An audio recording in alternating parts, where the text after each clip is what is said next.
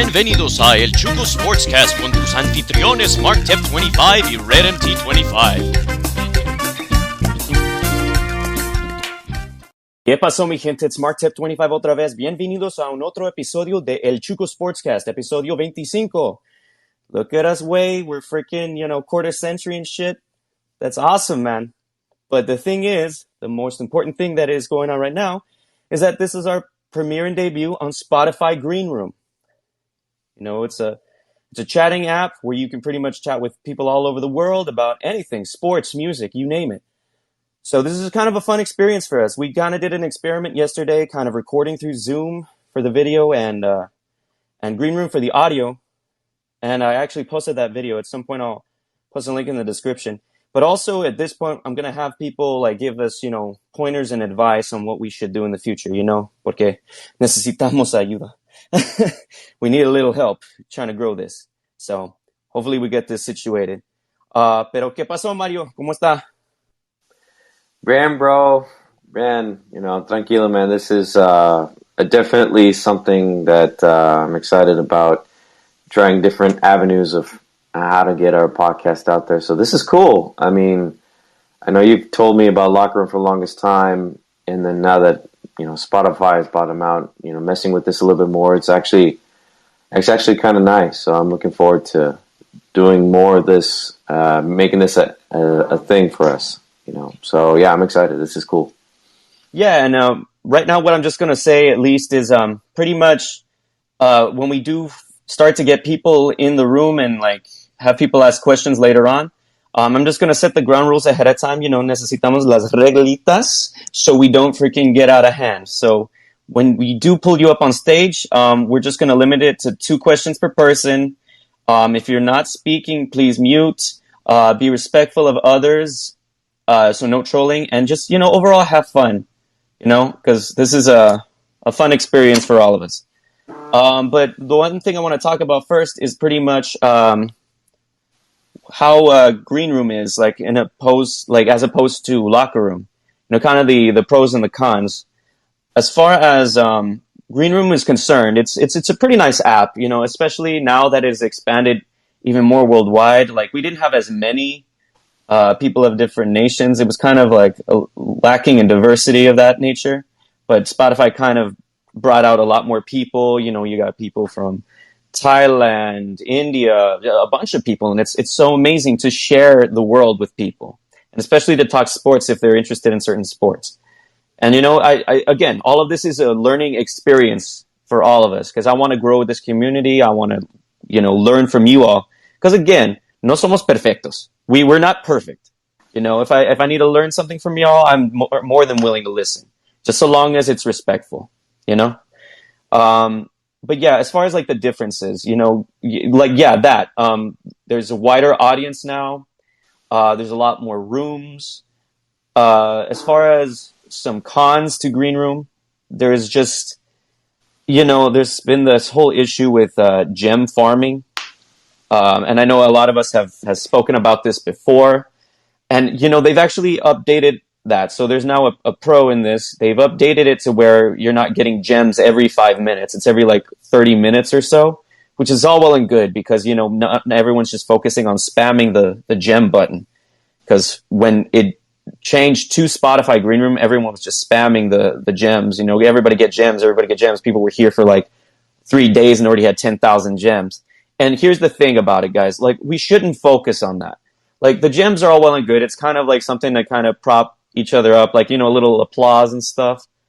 But it's not really worth anything. It's nothing monetary to it. And if people are telling you that you have to buy gems, or you have to have a certain amount of gems to come into these rooms, don't listen to those people. That's not true at all.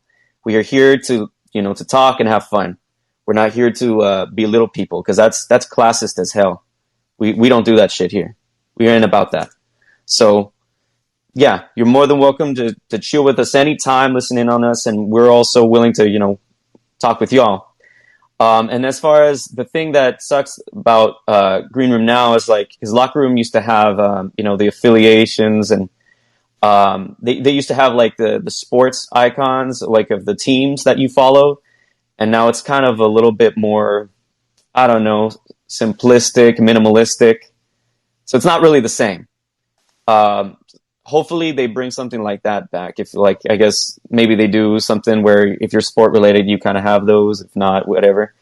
And then another thing that was really cool that I wish they could bring back is like, you know, people commenting on Twitter about certain things, whether it be music or sports, because they would put those in like the lower level of locker room, and you kind of like build a room around that topic.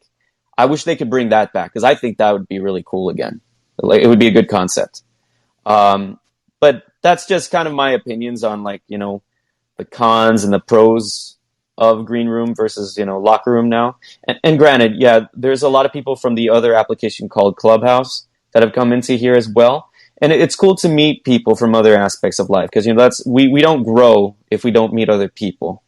You know, we can't be tribalistic in that manner. We have to, you know, respect each other, you know, because the moment we are acting rude and, you know, we don't grow. We don't help each other. And that's the point of us.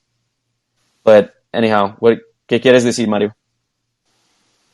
No, I think what you said was on point. I mean, like I said, I'm still getting used to coming on here to be a part of this, and hopefully, you know, you guys. Hopefully, I can be a part of this community as well, and learn on how to, you know, do this. Have awesome conversation. I'm here to have awesome conversations with people, regardless of what the topic is, and of course, be respectful about it. And like I said, just have a good time. So I'm looking forward to doing more of this in the future with you and everybody else. Yeah, it's going to be great. And then overall, I think it's going to be very important that, you know, we grow as far as nuestra cultura, nuestro idioma. Necesitamos aprender más y más y más en español. Porque ahorita hablamos más o menos bien, pero no es perfecto. Y también, like we're going to get a broader audience that speaks Spanish. Y si hablas en español, habla con nosotros, porque queremos aprender y aprendemos juntos en esta comunidad. Okay? So yeah, that's going to be something that we would love to do as well. You know, y si estoy incorrecto, corréctame. Okay? If I say something wrong, please correct me. And then as far as stuff that we're going to be doing, like I'm going to do a segment called Palabra del Dia, Word of the Day in Spanish, because, you know, I want everyone else to also learn a few things here and there, you know, because I'm also hoping and striving to become a teacher. So that's going to be something that I want to kind of give to people, you know, a little learning experience, not just, you know, shooting the shit, which I would love to do as well, but I would like people to also learn things too. So la palabra del día es deportes, sports. So if you're a huge sports fan, deportes or cosas deportivos, you know, like sport-like items. So that's just something to kind of use in your daily conversation, you know, because you know how they, you know, ESPN Deportes, ESPN Sports, you know. So that's just something to utilize in your daily life. And hopefully we do more things. We incorporate, you know, frases en español, like, you know, overall oraciones, sentences, or, you know, dichos, sayings in Spanish, something that you can utilize. Because there's some very powerful sayings in Spanish. You know, everybody's got sayings in every walk of life, but some of the Spanish sayings I've heard are just beautiful and powerful. So that's something we kind of want to utilize moving forward. And I know that when I post this to YouTube, there's going to be a lot of people being like, why are you looking that way? It's because I'm trying to focus on the app to make certain I keep track of what's going on, who's there, and all that stuff. So, yeah. Because, again, we post the podcast not only to Spotify and Apple Podcasts, but we also post it on YouTube because my channel, MarkTep25, has been around for a bit, and I just kind of started the whole podcast venture a year and a half ago. And I kind of want to just, you know, keep incorporating this because I think it's just a lot of fun.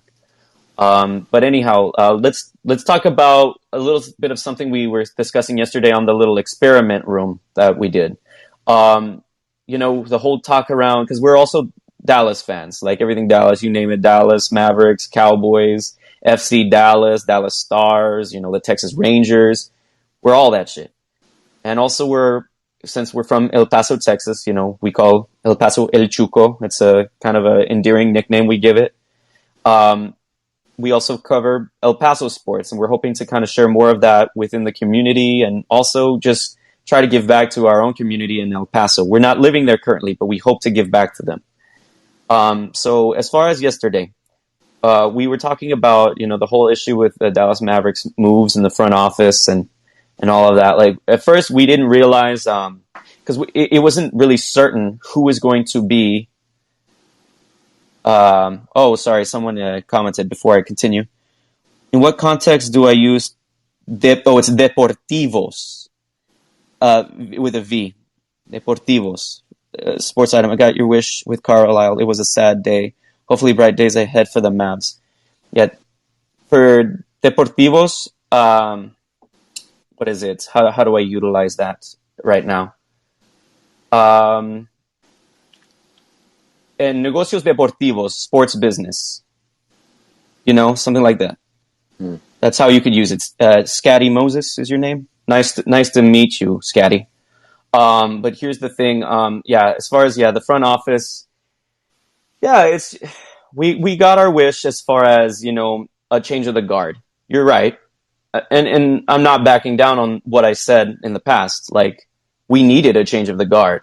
We can say what we want about Rick Carlisle being a great coach, and don't get me wrong, he is a great coach, but something wasn't meshing well with him, and sometimes you just need something different. And same thing with Donnie Nelson. We have been stagnating as a front office for the past few years, and probably longer. So it's just not, and granted, you can say, oh, well, it's because of Donnie we got Luka and all that stuff. And that may be true. Like, a guy's going to make a good move here and there. I'm not saying he's completely incompetent, but, we also traded away Seth Curry for a guy that didn't even score 34 points in a playoff series while he scored 34 points in a game. Like, that's a bit ridiculous. I get hindsight's 2020. I get why we made the move, but the ends don't justify the means. You know what I mean?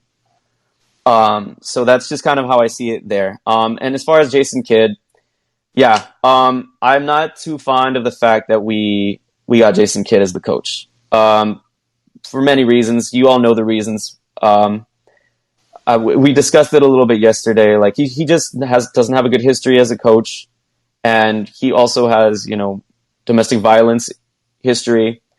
And I know people are saying, well, hey, that was 20 years ago, and I know this is going to sound a little bit political, but if we're going to give him that excuse, why the hell didn't we give Trump that excuse? We didn't, right? So why are we giving Jason Kidd that excuse at all? That is not an excuse. What he did was wrong. As far as that's concerned, no, that's not a good move, in my opinion. Granted, yes, he won us a championship in 2011, and I'm thankful for that, but that doesn't mean he's going to be a good coach. And I think Brian Zillum, he tweeted about somebody posting an article about that whole situation, and then I wholeheartedly agree. Just because you were a great basketball mind as far as a point guard back in the day doesn't mean you're going to translate that into being a good coach. And you know what? Hopefully we're all wrong about this and things work out for the better. Because that's what I want. I want things to work out for the better. But I just don't see it happening. And if anything, I think it's going to be more of the fact that we just have Luka Doncic than it is Jason Kidd being the coach. That's just really how I see it. And this Nico Harrison guy, he seems pretty chill. He seems interesting. I don't know too much about him. All I know is that he worked for Nike and that a lot of the players seem to like him, and he has a good relationship with Jason Kidd. So I don't know. It's like, and here's the thing, guys. That's the thing that's been kind of bothering me as of late. The whole idea of, relaciones. If you have great relations with the guy, so the fuck what? If you have great relationship with a guy, that doesn't mean you're gonna get shit done. As a matter of fact, sometimes if you have too good of a relationship, sometimes you waste time. Sometimes you don't get shit done. Not every relationship is perfect. Not every relationship is going to move the needle. So you gotta just, and that's the thing. I get that this whole thing is a business, but I just feel like we have sorely removed ourselves from the whole X's and O's and actual basketball concept of sports, or actual whatever sport it is. Like, people are treating these players, which are people, as assets, which, yes, in a business they are assets, but they're people and they're playing the game. And we got to think of it in that regard. We have to think of what fits. And my hope is that Nico Harrison understands that, because I don't know what experience he has with that other than, oh, he's just chipper and cool with his player, with the other players. Yeah, that's just, it doesn't mean anything to me. Like, prove to me that you can do it. And that's what we're just going to have to do. We're just going to have to wait and see how it is. And it's, Scatty also said, I got a buddy who worked with him at Nike and he had great things to say about Nico. And you know what? That's good, I guess. And I hope to God that this is a success. Like, again, I am always hopeful and I want to be positive, but I cannot help but be a realist considering how many years I have seen the Mavericks make these weird acquisitions. You know, it's a little bit nerve-wracking that this keeps happening. And granted, the whole thing, again, going back to Jason Kidd, we had other options. Like, let's not get it twisted. We had other options, and we just, and the Cuban just decided not to exercise those other options. Like, if you were not going to take this seriously, why the heck did you not just stay with Mosley at this point? Like, come on, man. Why think with the nostalgia? You know, just because he played for you or all that doesn't translate as him being a good coach. Like, I get Dirk is his friend. I get that everyone's all cool with Jason Kidd in the Dallas Mavericks front office right now. But that doesn't mean it's going to, like, be great. And I think, again, as we stated yesterday on the Experimental podcast, that Dirk is pretty much a human meat shield. So obviously, anything Dirk says, everyone's going to be like, oh, yeah, dude, you got it, because you're Dirk, man. We love you. And that's not how that should be, man. It's just, in mi opinión, es un desmadre. It's a mess. I just... Because we had the ability to do better, and we just didn't. And again, I hope to God I am wrong about all this. And Luka, I mean, because when we have Luka, we're in good shape. But it's just keeping him happy and making good moves at this point that's going to determine whether this works or not. So, ¿qué quieres decir, Mario? I mean, like within any venture, you got to take some risks. Of course, you got to see whether or not they're going to pay off or not. So, I mean, we'll see what happens with how Kidd does and how this guy Nico Harrison does. I mean, like I said, he came from Nike. You know, I forget the position that he held, but you know, coming in to run a basketball team, you know, a franchise. I don't know what his experience is with that. He may have no experience in that area, but maybe he has something that will be of help to the franchise. I'm not sure. So let's just see how he performs as, you know, GM and president of operations for the Mavericks, and see how well he runs the front office compared to what Nelson did.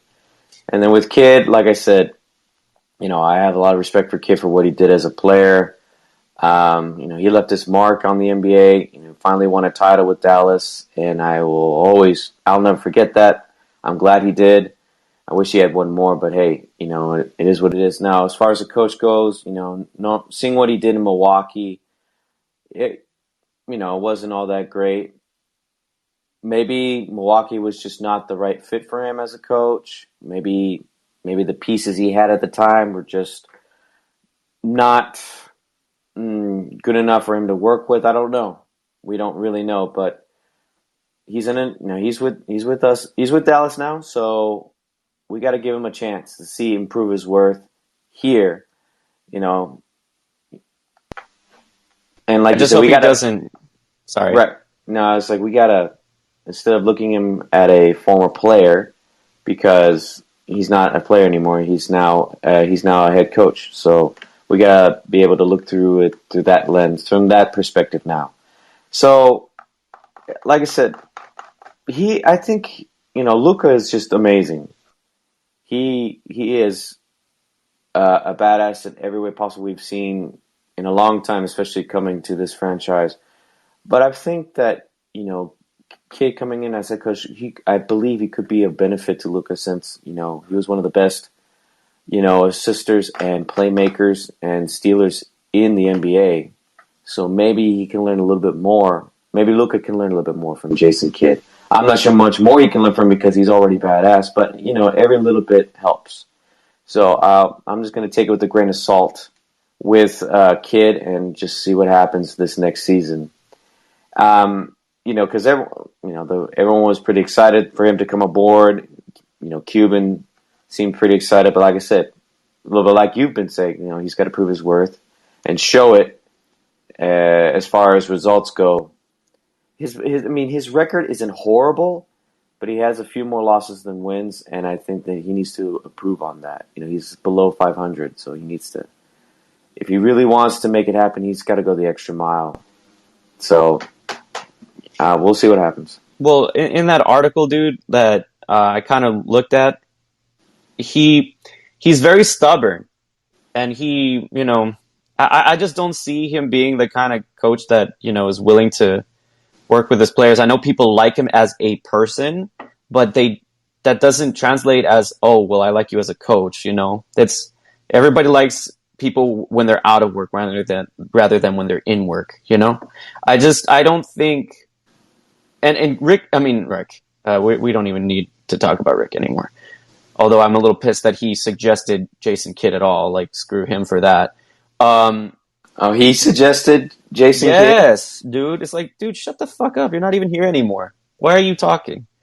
So at this point, it's just like, he doesn't really handle the X's and O's all that well, really. I don't believe he does. And then, he pulls some weird antics, like that whole shit when he was in Brooklyn where he purposefully had a player run into him to spill his drink so that they could utilize a timeout because they ran out of timeouts. Like, you could say, oh, that's quick thinking, but it's like, no, that's just stupid. Like, I don't know. Jason Kidd he's a strange individual in general.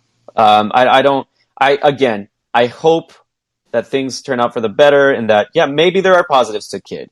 Maybe he can, help Luka see the floor at in a better way, but I don't know. He already has great enough vision. Like, Luka has extreme court vision, so I don't see what more Jason Kidd can really impart on Luka. I guess, I don't know. And the whole thing about steals, like, steals does not designate that you're a great defender.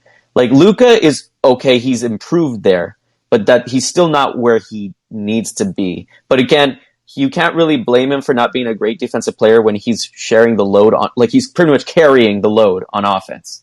So that's something to keep into consideration. Steals do not designate that you're a great defender, although it does kind of help.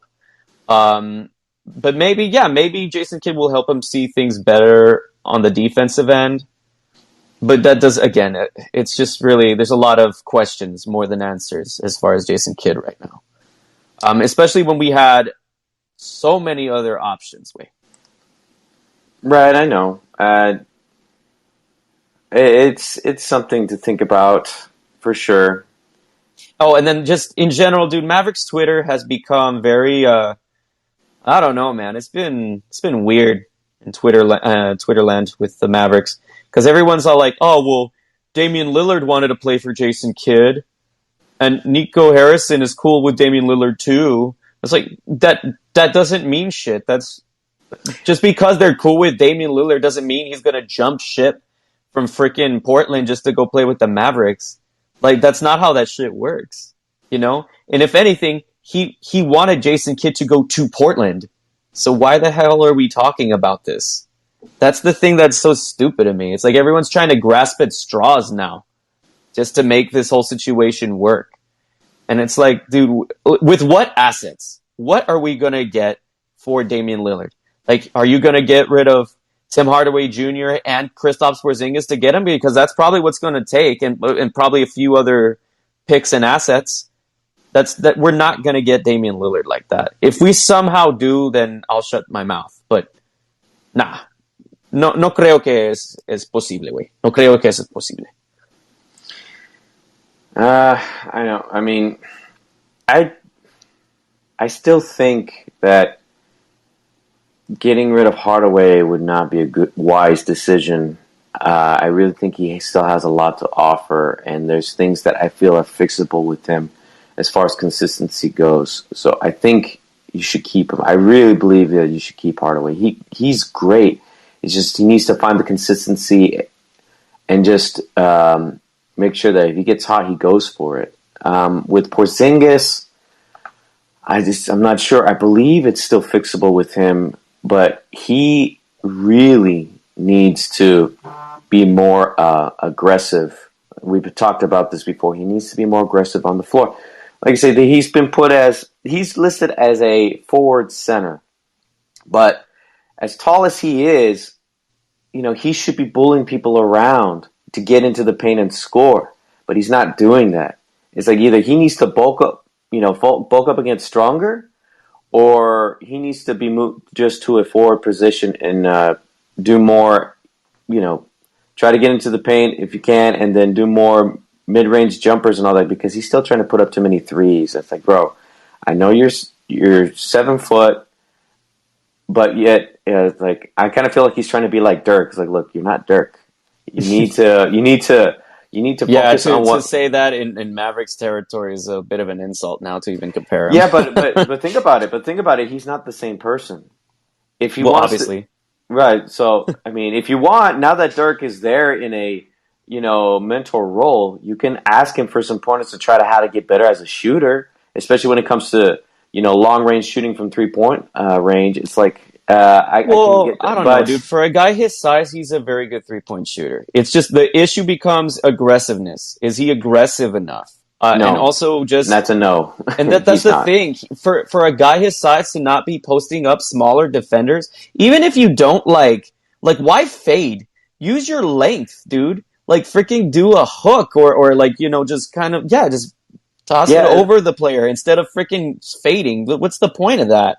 Yeah, I mean, he should kind of take he should kind of take a little bit from Kevin Durant. I know they're not the same person, but think about it. Durant is 6'11". He's got a huge wingspan, but yet he's still physical enough and aggressive enough to get into the paint when he needs to. He's actually listed at 7 foot. I know, there's a lot of discrepancies on that, but he's technically a little taller than that.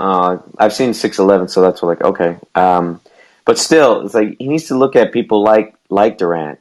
He needs to look at people like I could say a little bit like LeBron James-ish kind of, because he's never going to be that kind of player, dude. No, but as far as aggressiveness to get into the paint, use your height to your advantage, and you just don't feel like he's not doing it enough. Like he should be in a way, because I just feel like even Boban is a little bit more aggressive than Porzingis, even though he's not as fast. It's like, bro, he still gets into the paint and uses his height to score, because Boban's 7'4", something like that, yeah. So it's like, come on, man. Take a little bit from Boban, take his aggressiveness, and get in there.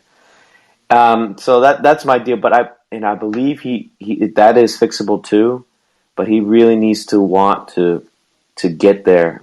But I have a feeling that injury he suffered is still kind of affecting him psychologically, because there's always some of those players that just don't want to get hurt. They don't want to experience that again, so they play scared, and hopefully Porzingis is able to overcome that and just push forward to improve. Otherwise, if he doesn't do that, then unfortunately, I'm going to say you may have to trade him for somebody else. I hope not, but like I said, that's all up to him.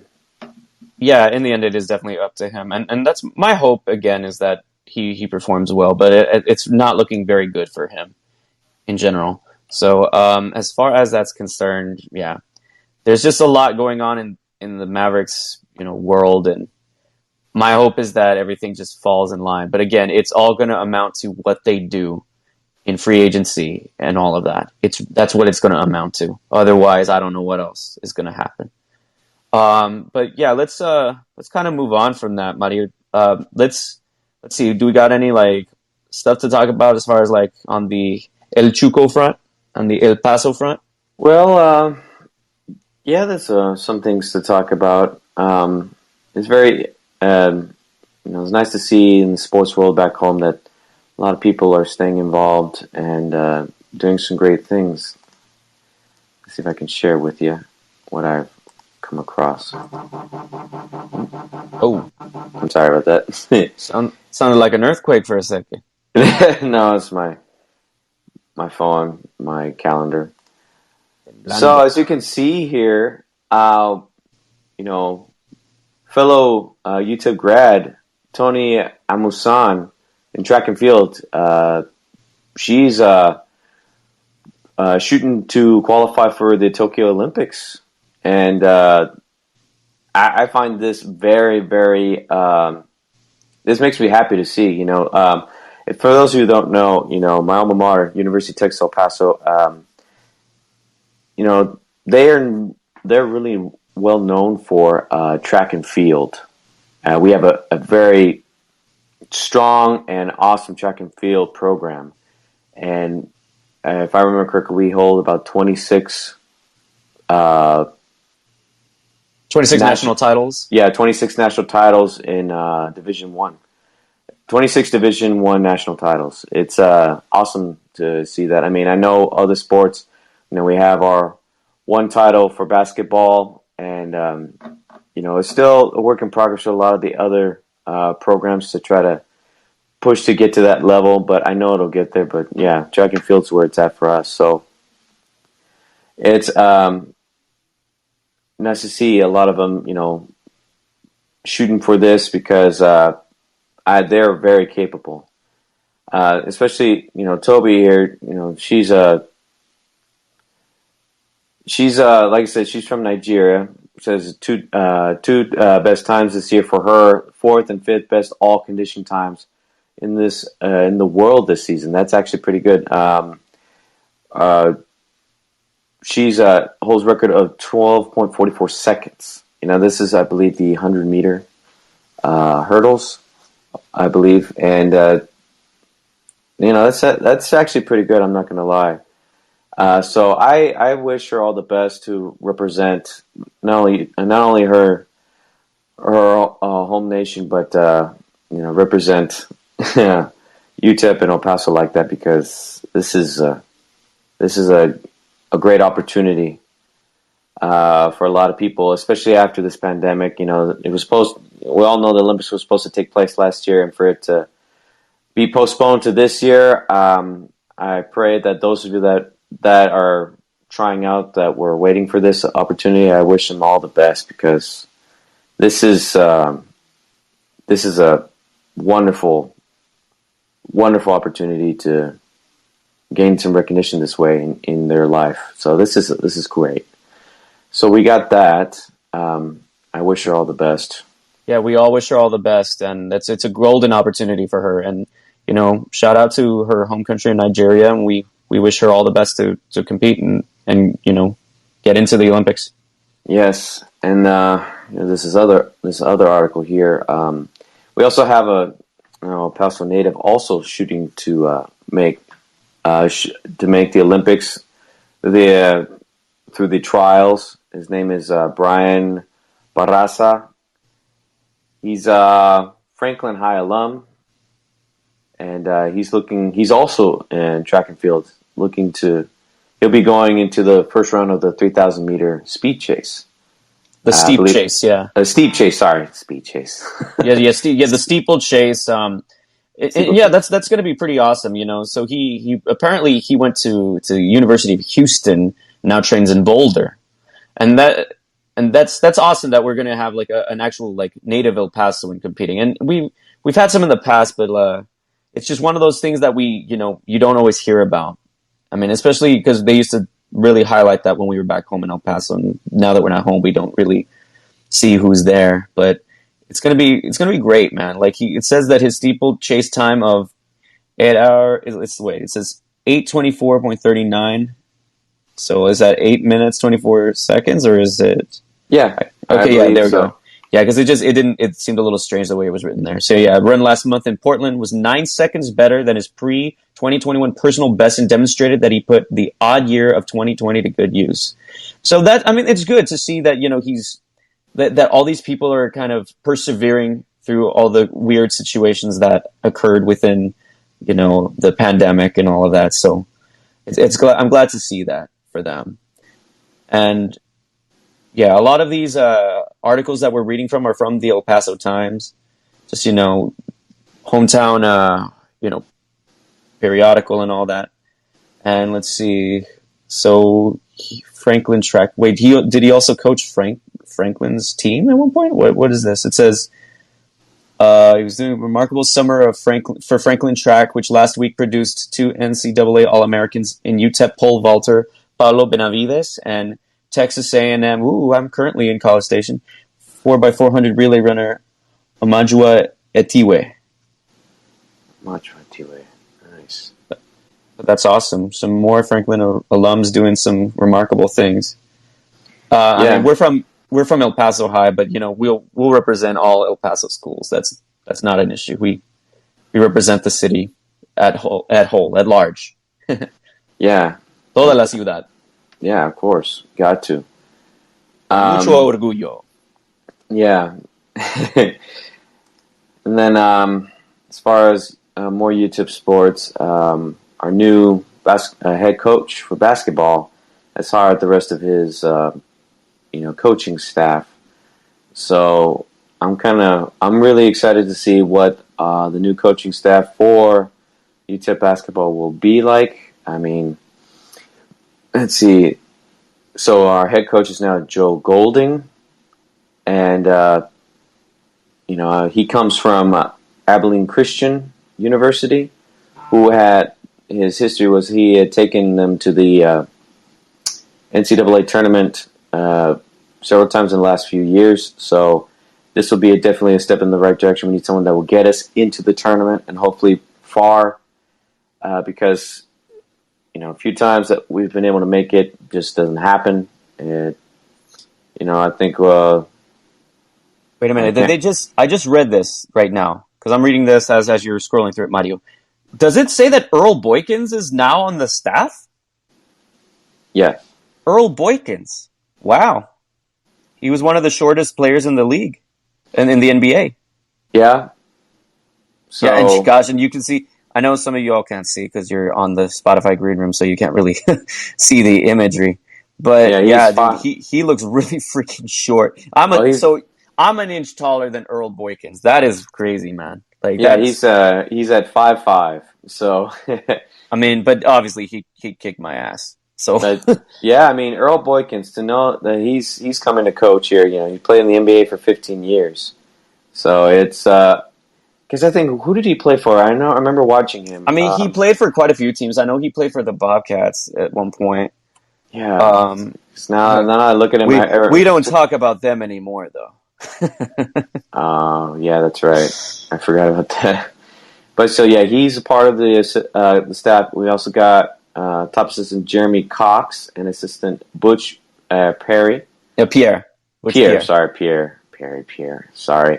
So as we can see here, it also mentions the Cox, who has coached on staffs previous UTEP coach Doc Sadler, and Southern Miss with Billy Gillespie at Texas Tech. So he coached. He was under Doc Sadler when he was with Southern Miss, and then Billy Gillespie at Texas Tech. Yeah, and he coached at Stephen F. Austin, and he also pretty much, it was a 5-year run there with them winning the NCAA tournament game in 2018, beating number 1 Duke in 2019. Wow, that's pretty impressive. So it looks like this is a pretty good overall staff as far as coaches in the NCAA are concerned. Right. So this seems pretty exciting. Again, I can't really be overly positive because it's really going to depend on who we got as players. Because I know Bryson Williams left.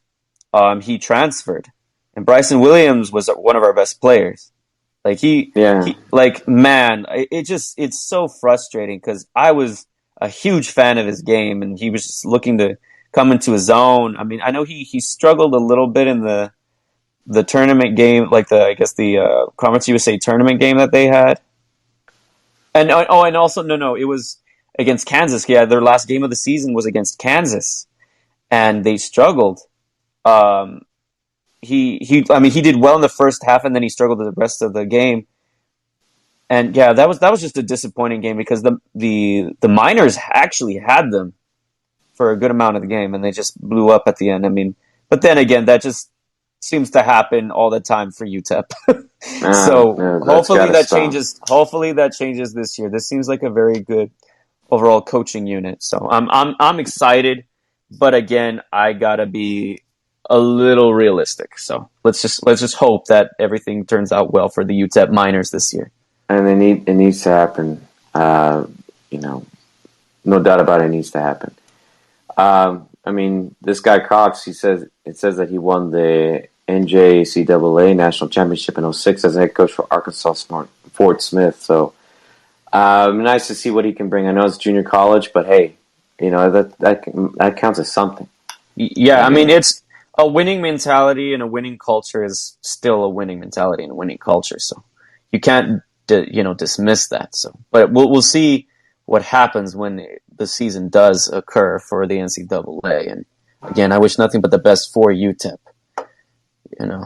Yeah, I mean, it's really cool that he knows about this guy, the assistant Cox. He knows about the history. It says here, from what brought him here. It says he says, he quotes, "When I was at Wyoming, Coach Don Haskins always broke our hearts because they always whooped them."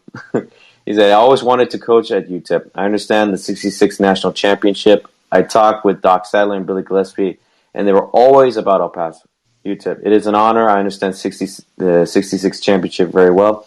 Maybe the most important game played in college basketball." Well, yeah, it was the most important game in college basketball history. It changed the way college sports, if not all sports, were played. So that says a lot coming from him. So, I mean, there's a lot of good stuff coming. Like it says, so this guy Golden, like I said, he played at Abilene Christian. So these guys seem to know each other pretty well, playing against each other, networking. So these guys have been around. So I'm really excited to see what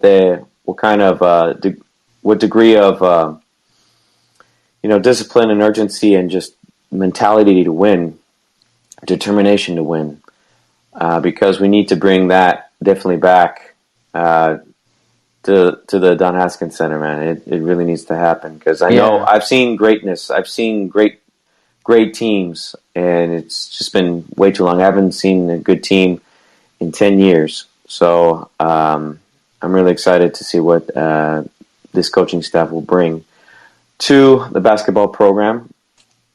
So, yeah, I'm excited for sports, pro sports, college sports for this coming year, coming out of this pandemic. It just hopefully be nice to... It's going to be great to get out again for all of us that have been dying to go see a live game. So yeah, I'm excited, man. I don't know what else to say. Yeah, no. Like it's a good thing. Like UTEP is seeming to head in a good direction. I'm excited. Yeah, like for live sports because I'm planning on going to a WNBA game this upcoming week. I'm going to Dallas on the 30th. Well, I mean, we're going to be there for more days than that, but we're going on the 30th to watch the game. It's the day of my anniversary, but still, we're both going to enjoy it. I'm excited to watch the Wings because they have a really decent squad. It's just getting the chemistry to mesh together. And it'll be exciting to see Kayla Thornton because she's another UTEP alum. And I'm definitely excited to go see that game. It's going to be great. And just to watch WNBA basketball for the first time is an experience. So, I always wished I could have gone to see an actual women's game because, the thing about UTEP is like we really rep our teams, man. Like even the women's basketball team, like they were so badass, and we would always go to the games, and the atmosphere was so great. Like we really loved our basketball teams, whether it was women or men. And that I just hope that sooner or later people come to a mentality that appreciates all sports, no matter who is playing it. Yeah, I agree with that. I mean, going to the basketball games at UTEP, men's team would always be packed especially when they were doing well. I've seen sold out crowds, and they would kick ass. And the women's team, it's like not a lot of people come to the women's games now. It has gotten better when I was there. I went because they were kick ass too. They would. There's a couple seasons where they just went crazy, winning, and they won the regular season. Yeah, with Keith Adams as the coach, so they were an amazing squad. Like they would go to the NCAA tournament almost every year. I mean, granted, of course, there was a lot of tougher competition, but they were a successful team in those eras. Yeah, and hopefully they get back to it because there was one time I think they made it to I think they're at the NIT, the WNIT, and they made it to the championship, and to see a sold out crowd for them was just awesome. And it's like, man, this should be like this every game. It was just a beautiful sight to see. So there is a lot of support for the women's team. They just need to come out and show it a little bit more. So I'm excited to see that happen a little bit more often. And this should happen across the country, and all collegiate women's teams, and in the pros as well. Yeah, but anyhow, let's move on to a little bit of the playoffs currently. So the NBA playoffs, as it stands right now, the Suns are still up 2-1, and the Hawks and the Bucks just tied the series yesterday with a crazy blowout on the Bro, my gosh, that game. Not what I expected from Atlanta. It's been neck and neck, and somehow the Bucks were able to pull away. But I just saw a lot of guys in Atlanta, like Young was just cold, man. Nothing was happening. Nothing was going down for him. So just to see that happen, and I had no idea that Giannis's older brother is playing with him. One of his brothers is on the team with him, and then the other brother that won a championship last year with the Lakers is still on the Lakers. So yeah. Dude, that's awesome. A former Maverick, right? That always seems to happen to us. It always seems that former Mavericks are always like better when they're not on the Mavericks. I don't get it, dude. I don't get it. I guess it had to do. Excuse me. I guess it had to do a lot with the culture at the time. But now that, like I said, Nelson's gone, Carlos gone. Hopefully, let's see what Harrison and Kidd will bring to. As far as culture goes, and hopefully the locker room chemistry will be, positive and steady. So, yeah, hopefully that changes, but I still wish him nothing but success. But yeah, that game yesterday was just wow.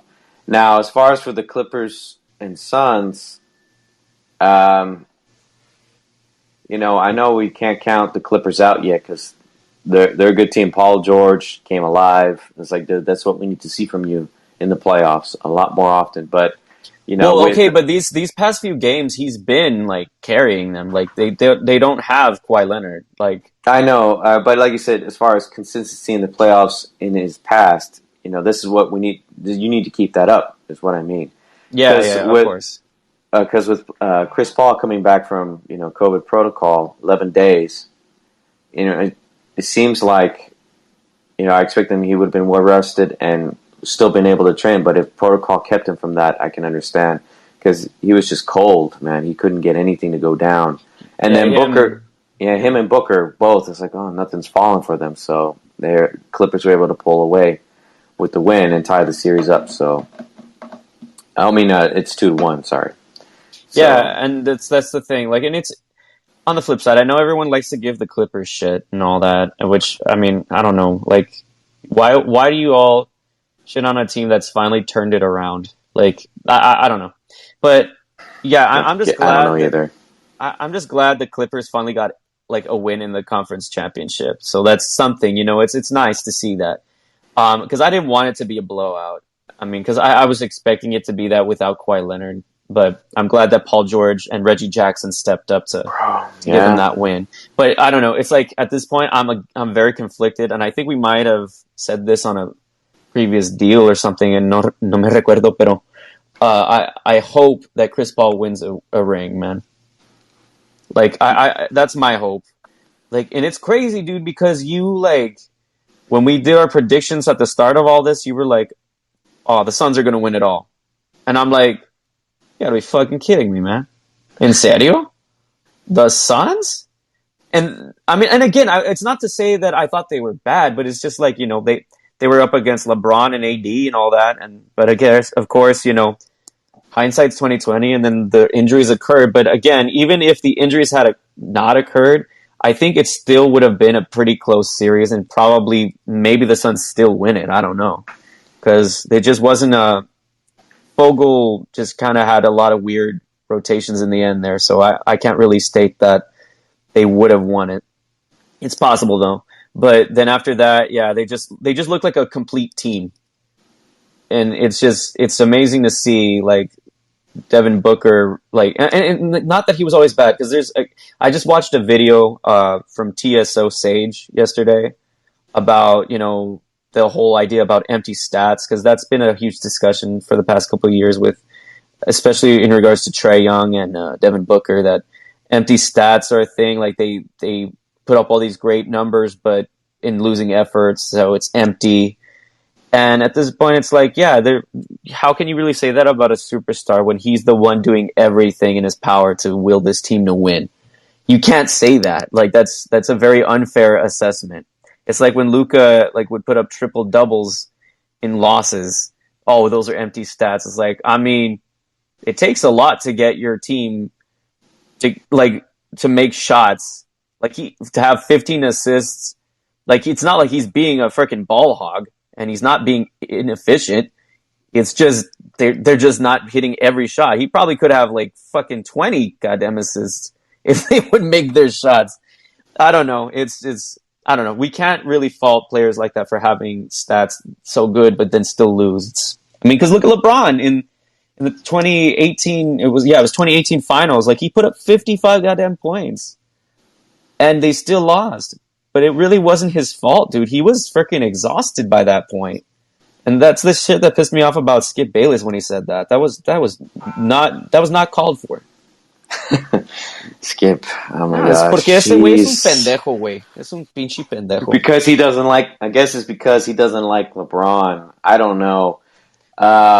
Whether it's a ruse or not, it's stupid. I'm getting tired of that whole shtick, if it is a shtick. It's just shut the hell up, dude. Seriously, like, do us all a favor, Skip, and stop. Like, even when LeBron is not there, he still finds a way to bring up LeBron. As if Vato, he's not going to have a career after LeBron's gone. He's going to be done. I mean, I think it's also because Shannon likes LeBron a lot, and I guess. Well, no, it's because here's the thing, dude. Like, they have to have an opposite opinion, otherwise, it's not really a debate show. Well, I know. The show's been on for about 5 years. That's why it's called Undisputed. They debate each other, but even then, he still gives them flack for liking LeBron. And I just, they both live in LA, but Skip is a Clippers fan, and I'm sure he's happy about yesterday's win. What? No. He's a Spurs fan, dude. No. Yes, he's a Spurs fan. No, dude, I've heard him admit it that he's a Clippers fan. Unless I misheard him say it. No, bro, no. If you watched any of his shit, which I have in the past, because I just always wanted to see what stupid shit he'd say next, he's a Spurs fan. Like, he's always been one. Well, I'll look back at that, but I think maybe it's not so much Clippers. Maybe he's just a Kawhi fan. Maybe, but he's definitely a Spurs fan. Well, lately he's been going around, saying about his Clippers. Like, because he's trying to freaking be relevant, and he's an idiot. Anyhow, but I mean, but even then, like you said before, it's like, bro, the Clippers are doing well. It's like you shouldn't be giving them any shit because, look again, Clippers are in the playoffs. The Lakers are not. The defending champs got knocked out. So you got to give, the sister team of LA a shot here. Like, they finally, after so many years, have finally made it to the conference final for the first time. Give them that chance. Who knows, man? Maybe they'll turn it around a third time. Well, they were able to come back from a 2-0 deficit twice. They could do a third time. We don't know. They could pull it out and make it to the finals for the first time ever. You got to give them that. I mean, it's gonna be like, obviously we're gonna give them the props if it happens. But what I'm saying is, like, that's a long shot without Kawhi, dude. It's a long. I know, shot. but even then, it's like, just because they don't have 17 titles like the Lakers do, you still got to give them a chance. But that's the thing, dude. Everyone's gonna shit on the Clippers because most people are Lakers fans. But that is what it is. But as far as the playoffs are still concerned, yeah, I mean, that may be true, but however, man, that sold out crowd at the Staples Center the night before is showing that. I think that's changing. Just saying, man, the sold out crowd for the Clippers. Hey, man, you got to give them Mario. that. LA's LA. There's a shit ton of people there. That's gonna be. I know, case. but still, it's like I've never seen a sold out crowd for the Clippers. Always for the Lakers. So I mean, that says something. Yeah, but anyhow, as far as the Bucks and the Hawks, yeah, like Trae Young looked cold, but I don't expect him to be cold in the next game. Like, there's a lot of people that have this belief that the Hawks are gonna win, like, and get to the finals, and it's a possibility. Like, they've pretty much over exceeded expectations every step of the way.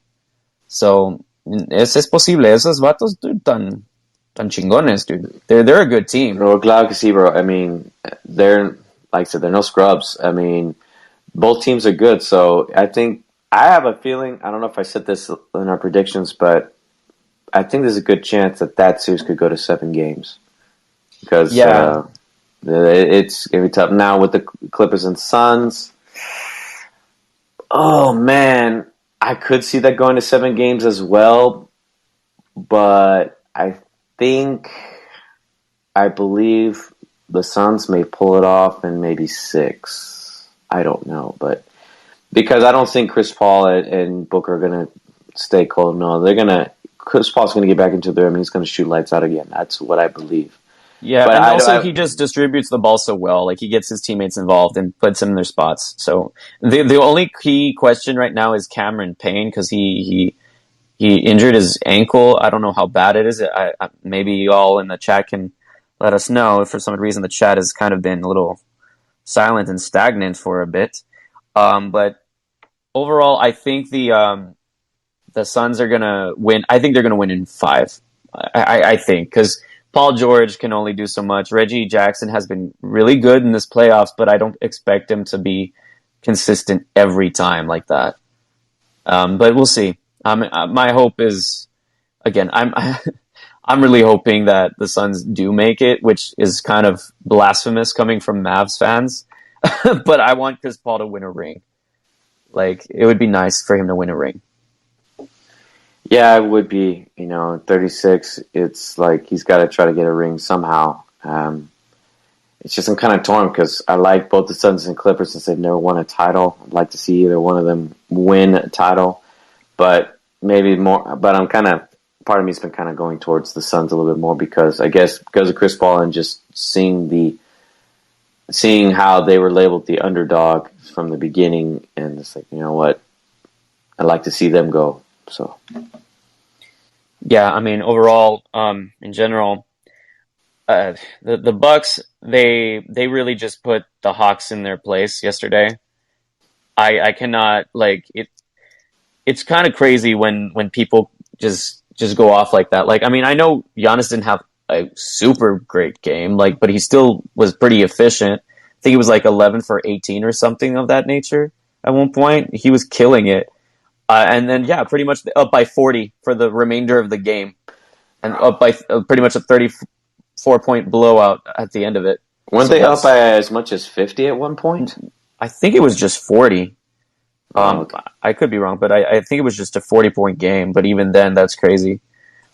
So yeah, the Bucks put up an amazing win there, and who knows? I mean, Trae Young has had off nights before, but has come back strong. So the Bucks need to be careful with him.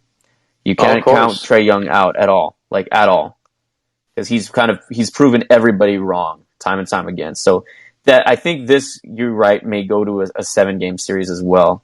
But I think I'm gonna say the Bucks only because just the overall experience. But if the Hawks do win, I wouldn't be mad at all because they're very deserving this year. They've really proven all of the doubters wrong, and they have the chance to do it again. So we'll see what comes about that. So anyhow, we've talked about our regular stuff. Now it's time for people to come up and talk with us. ¿Quién quiere hablar con nosotros? Who wants to talk? Just place a request in there, and I'll let you up. Who wants to come talk with us? Because I see Scatty, Jake, and Lil in there.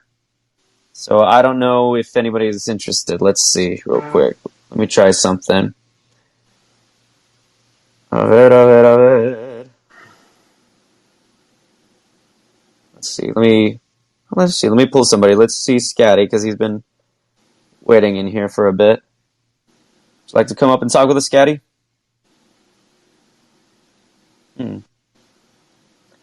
Odd. I'm wondering if people are actually listening. Hold on a second. Bear with me a minute.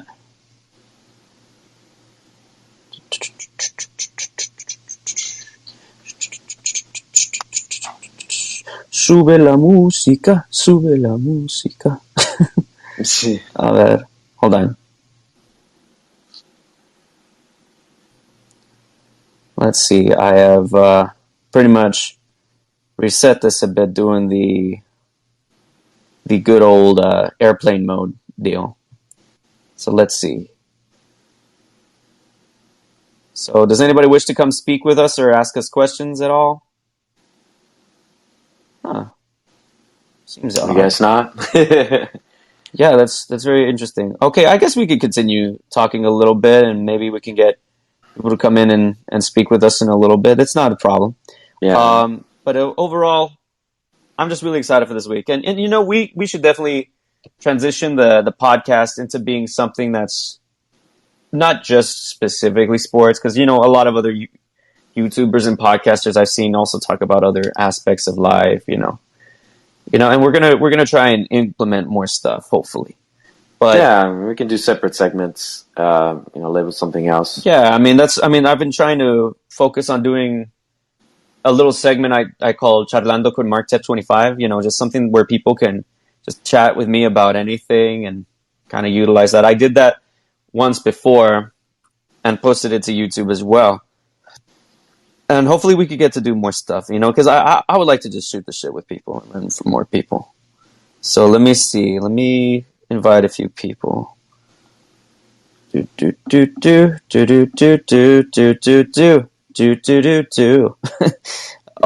of which, okay, I guess what we could do is talk a little bit about TV shows. Like, did you guys see what is it? Oh my god, what is his freaking name?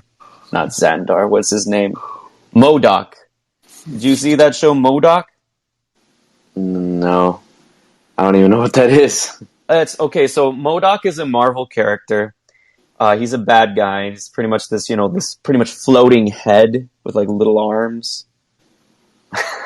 Okay, I know you guys in the green room are not going to see this, but pull up a picture of him so you can see it. Okay, MODOK, you said. Yeah, MODOK. El MODOK.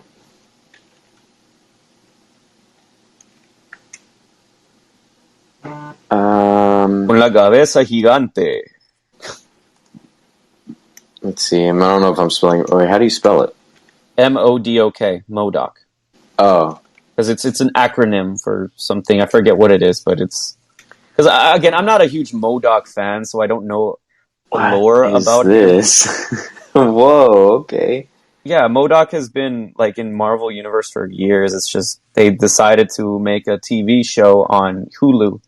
and it's almost like the styling of Robot Chicken. Like the animation's very much like that, but it has some serious points, but it's pretty funny most of all. A lot of people are not as happy with it because it's just like, well, he's not a funny character, he's a serious character, blah blah blah. It's like, well, I mean, I don't know, man. He's a villain in the Marvel universe. Okay. Yeah, he's a villain. Yeah, I just said that. Yeah. Oh, sorry, I didn't hear that. But yeah, it pretty much centers around him and his family, and pretty much him trying to maintain his company of, like, pretty much mass destruction. And his main goal is to create a utopia centered around him as its supreme leader. And yeah, es interesante, güey. Es un gran show. I'll have to check it out. So it's like a es buen chistoso, güey. It's freaking hilarious. Like, I'll have to check it out. Yeah, I mean, it looks like very claymation like. Well, that's what I'm saying. It's like, it seems like the animators from Robot Chicken. That's what it seems like. And yeah, Patton Oswalt is MODOK, so it's going to be pretty damn funny. Okay. All right, interesting. But yeah, I guess what we could also talk about is shows that you've been watching or interested in and all that. What shows have you been personally watching? Well, I haven't been watching that many shows as of late. I am browsing to see what else is on. But as far as like anything on Netflix or Hulu, I haven't come across. I mean, the only one that I was watching steadily that was hilarious that you introduced me to was Letterkenny. I can't get enough of that. Dude, freaking Letterkenny is hysterical, man. Like the Canadian humor is so different, but I mean it's similar because there's rednecks in every culture. Remember, Gabriel Iglesias said that. There's the music. It's very much the same. They pretty much the American rednecks. They play the music, and then the Mexican rednecks, they just said bailando con Matucan. It's like that. They just had words, yeah. Yeah, but just funny. But to see in Canada, yeah, their version of rednecks, it's like estaban agregando la letra de la música. Yeah, I can see some similarities to our rednecks, but it's just with a hint of Canadian French mixed in. But as far as I understand the show, that they have some Irish heritage in their family as well. So I guess there was some Irish that made the way to Canada as well. So that would make sense. Yeah, it's called Letterkenny. That sounds like a very Irish type, it's an Irish type name. Right. Well, it is based. The guy who created the main character, who's also director, it's based off of his hometown that he lived. I can't remember the name of the actual place in Canada, but yeah, I actually made a friend on while I was gaming that he lives in Canada, and I would ask him some things of how it's like up there. I think he lives in the Ontario province. I can't remember. I have to ask him again. And then I mentioned Letterkenny. He's like, yeah, that's a good show, man. A lot of what you see is kind of pretty much what goes on up here. Like, oh, I guess it's not that far-fetched. But it's good. Yeah, it's like, other than that, I haven't gone into many as far TV shows. Because like I said, I don't watch a lot of TV nowadays.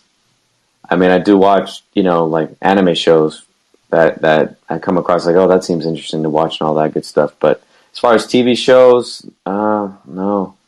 I'll have to do some more browsing and see what there is now.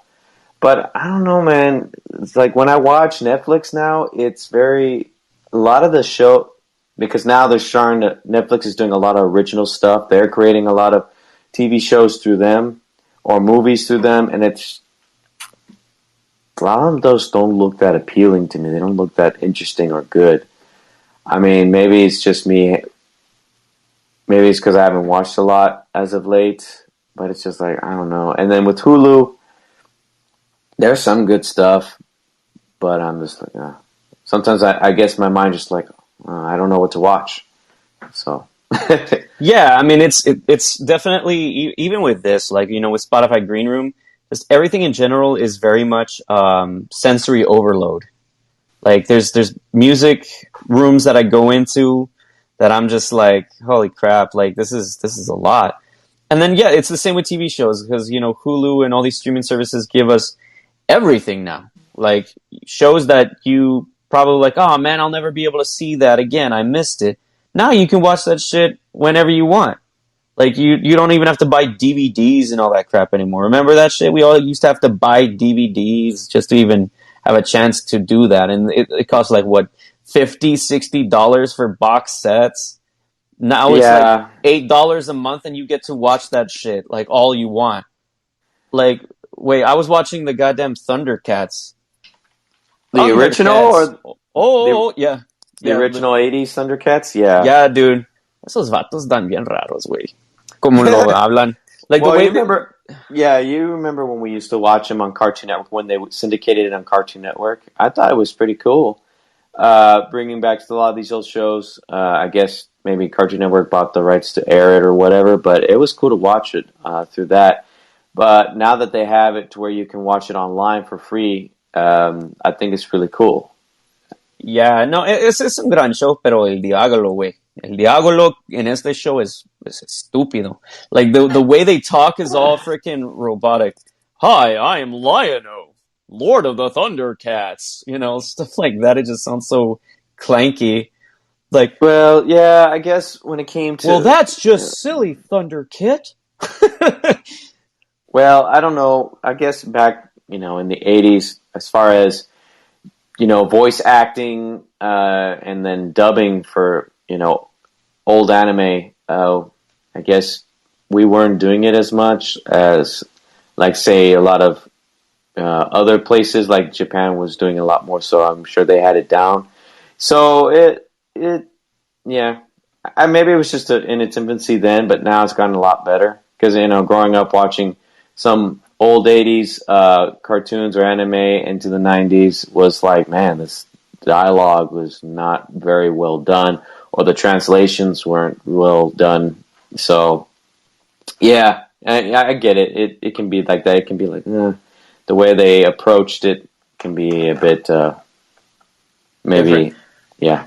Well, and then just, because there's una instancia, güey, cuando ¿cuál persona era? Like, which one was it?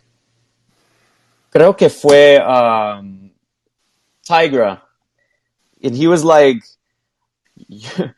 rules are made to... I forgot what he said. He said something really stupid. It's like, they always try to teach lessons, and they look into the camera to teach you to tell you children to, like, learn this lesson. And it's just like, rules are made to help people, but there are people that always break the rules. Like some shit like that. I'm like, what is this dialogue? No mames, way. Like, it's just... It was it like towards the end of the movie? No, show, it was in the middle of an episode, way. They just looked. La media del episodio, cabrón. Like in seriousness, I was just like, okay, yeah, like like if you watch it, dude, there's some shit you're just like, okay. It's like, but see that came out at the same time as like He-Man and shit. So like they all had that weird stuff. They tell you listen and the hasta la próxima. They freaking goes off the next. That's why I say that at the end of my episodes, because it's just like it's like see you next time, the next time, hasta la próxima. Yeah. No, I get that. I'll have to rewatch that from the beginning, because I thought even He-Man, even with the bad dialogue, I thought it was still a good show to watch growing up, even though we didn't grow up with it. It was syndicated later. I mean, in a way, we did grow up with it, even though it was syndicated. Like, what was another show that was syndicated before we came around? It was like Alvin and the Chipmunks. They had a... Yeah, that was interesting. Yeah. That one was actually not bad. I know the Chipmunks are older than that, but, they did a show in the 80s. The one thing I do think that they should bring back or do a remake of in today's world... I mean, because it still rings true today, is Captain Planet. Oh, dude, you know who they should have as Captain Planet? Don Cheadle. Just Oh because my of those God. skits. Just because of those skits. Don Cheadle. Because of that,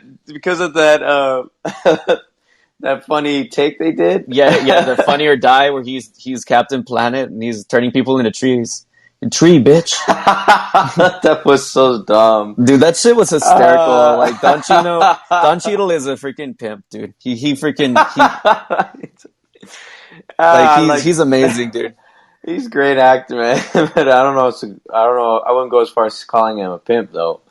Well, he's straight up gangster, dude. Like he just out of nowhere, he just freaking he puts the fear in you. It's so funny. Like you know what? I keep forgetting, guys, in the chat, like Scatty, Jake, and Lil that are currently there. Please, post anything that you want to say, like as far as like shows. What shows have you been interested in, and all of that? Because we'd like to know a little bit more about you. Like we said earlier, we want everybody to be involved. You know, esta comunidad está bueno. We're all good people, buena gente. Yeah. And we'll keep conversing until I see I guess something in the chat. And do you see anything in the chat? Because maybe it kind of went out on my end. Do you see anybody saying anything? No. I mean, hey, when they want to engage, they'll engage. This is the first time we're doing this, so it'll take some time. I'm sure it'll build up even more so. But it's all right. Yeah, no problem. I mean, I guess we could talk about probably one more thing and I guess end it if it's a little bit, just to kind of give people time to do other things. But anyhow, ¿qué quiero decir? What am I going to say? But I guess, yeah, the one other show that I guess me and my wife have been watching a lot of is RuPaul's Drag Race. Some of the stuff on there is hysterical, man. Like, these people are funny. Like, RuPaul is, he's an amazing human being. Like, he's very talented. Like, he creates music, and, he pretty much created the theme song for the show, and he does other songs and other aspects. And it's just the costume designs and the challenges they do are so over the top, and it's fun. And then everyone seems to always have some sort of drama with each other, and it's a funny show because some of it's just a little ridiculous because they just, and it's fun. It's fun to see them interact and also some of the dresses they have are spot on, dude. And the makeup is amazing. And then as time has gone on, dude, freaking RuPaul, dressed in drag is freaking crazy good looking. Not gonna lie. I know people are gonna be like, that's sus, dude. That's sus. Hey, man, no judgment here. It's 2021. He's a very beautiful man and a very beautiful drag queen. So there's nothing wrong with that. I swear to God, when you see him out of drag, freaking fly, dude. In drag, beautiful. Knows how to apply the makeup well. It's amazing. It's a good show to just enjoy and laugh at. My wife really loves it. But the episodes I have seen, they're pretty funny because there's been a couple of times where they have a segment where it's the match game, celebrity match game, and they pretty much dress up like certain celebrities. They dress and drag as certain celebrities, and some of them are fucking spot on. There's a chick that won the whole thing one season that was a Cher impersonator, and oh my God, dude, he looked exactly like Cher. It was crazy.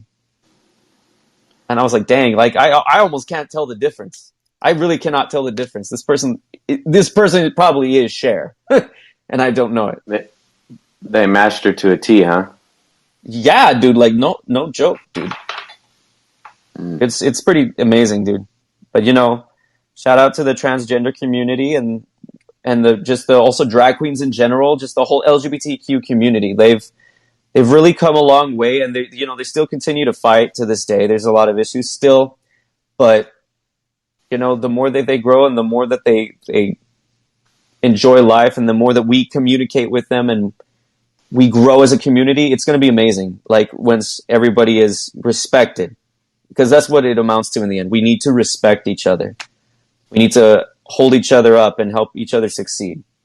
And it's going to be amazing when we see more people in the LGBTQ community, people of color, people of different nationalities and creeds, just all come together and just enjoy everything together, you know, because that's what life is all about. We shouldn't be fighting. We should enjoy our company and our time.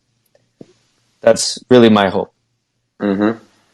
But anyhow, guys, for those of you that were in the chat, thank you for at least listening.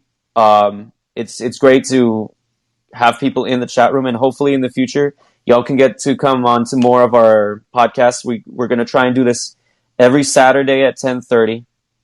And, you know, también suscríbanse a mi canal, al MarkTep25 en YouTube. Y también síguenos en Spotify Greenroom, Spotify y Apple Podcasts. Y también sigue mi hermano RedMT25 en su canal en YouTube. Él juega videojuegos y hacer reacciones de otros videos.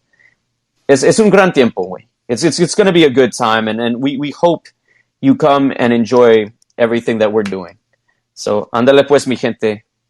Hasta la próxima. Adiós, adiós, adiós. Adiós. Y también sigue a MarkTep25 en Locker Room, Twitter y Facebook.